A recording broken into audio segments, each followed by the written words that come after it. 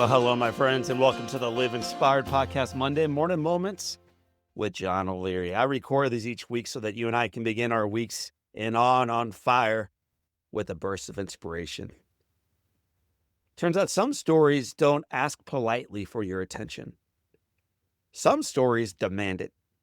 And Rhonda Bear's story is one of those types of stories. Like so many who have lived inspired lives, her story does not begin with comfort or with clarity or with ease. No, her story begins in brokenness, begins in chaos, in a childhood marked by dysfunction and uncertainty. By the age of 12, Rhonda was already searching for anything that might make her feel whole and enough and acceptable. That search led her down a long and painful road of addiction, of mistakes, of incarceration, of fear, of shame. For years, Rhonda lived on the wrong side of the statistics, where people don't recover, families don't heal, and cycles don't break.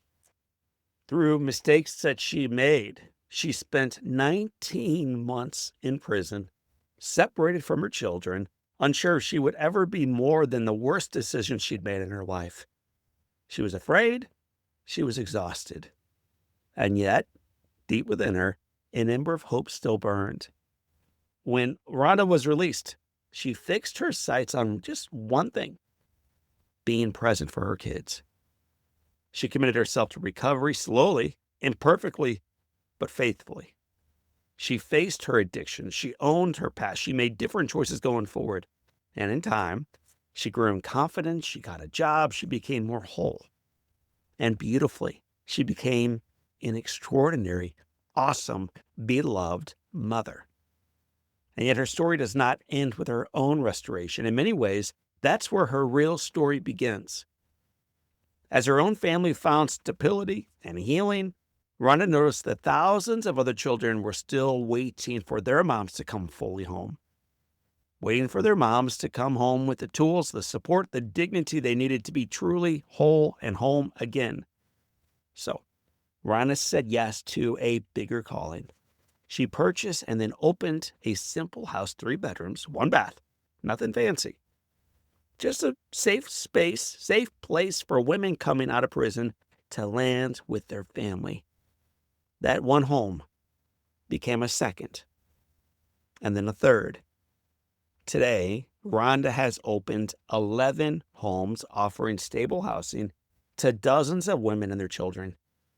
One woman's struggles, once heavy and unseen, is now lifting 11 families right now, inviting them to keep the faith and take their next brave right step forward. Once she addressed issues with housing, she noticed the next barrier for these women, though: employment.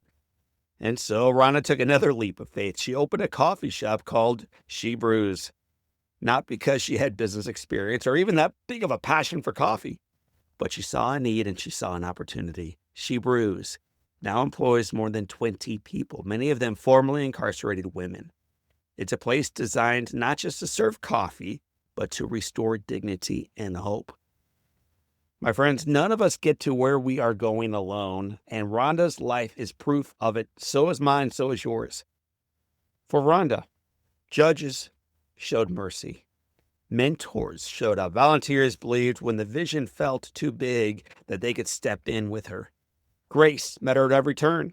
And today, instead of hoarding it, Rhonda now gives it freely to lift up others.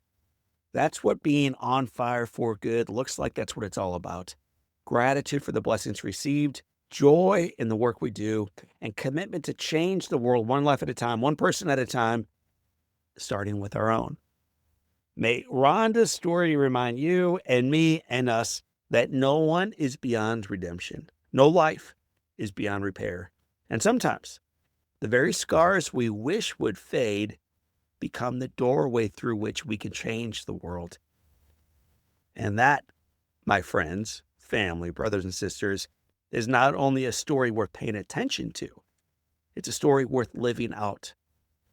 I want to invite you right now to learn more about Rhonda, her journey, her mission, and what it means for you by joining us online for our next monthly community virtual call. These things are free to attend.